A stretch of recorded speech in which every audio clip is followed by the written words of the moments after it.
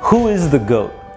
It's a question that's asked on so many different sports talk shows because GOAT stands for greatest of all time.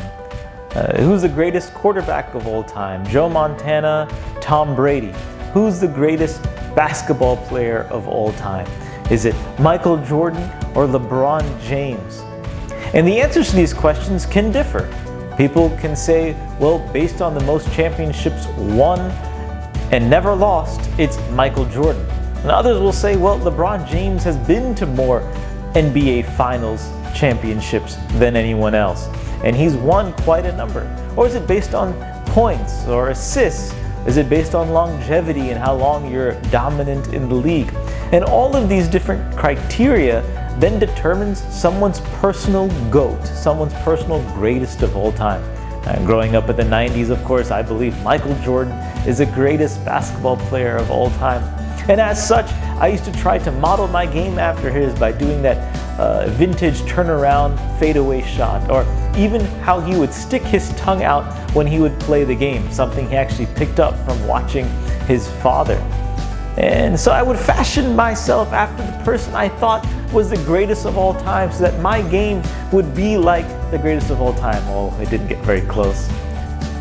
The Bible tells us that there is a GOAT, a greatest of all time. And there is no debate. There is no personal debate about this. It is objectively one person that is the greatest of all time, and that is Jesus Christ.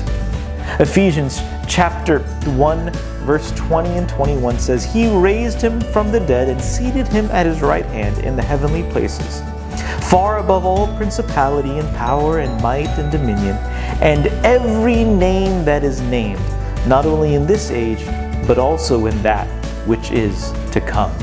There is no other name on the list of greatest of all time. There is only one, is what Paul is saying. No, it's not Gautama Buddha. No, it's not Muhammad. No, it's not Zeus. No, it's not Athena. Paul is saying there is a name that is above every other name, and there is no question about it. He who was raised from the dead and is now seated in heavenly places, Jesus Christ. And when I figure out in my own life that the greatest of all time is Jesus Christ, I should then fashion my life after his. He will be the one in which I reprioritize my life.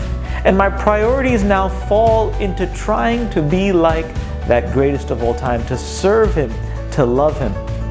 But other things seem to vie for that place for greatest of all time. It might be money or possessions. It could be position. It could be power.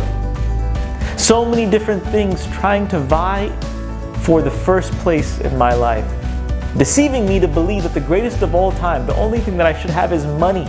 And so I may reprioritize my life and do things and work odd hours of the night in order to get more money. I may neglect my family in order to possess more things. But I pray that in our own lives, we would realize, as Paul says, that there's nothing on the greatest of all time list that we should fashion our life after except the name above every other name, which is Jesus Christ.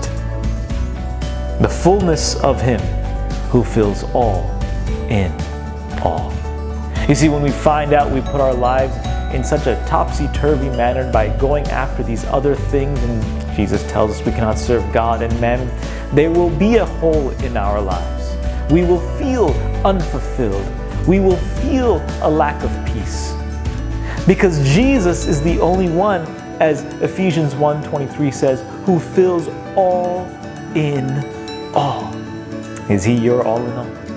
Is he your greatest of all time? I pray that we would fashion ourselves after him, and we will seek him and him alone and put no one else on the list of greatest of all time in our lives, except for one name, which is above every other name, Jesus Christ. God bless you.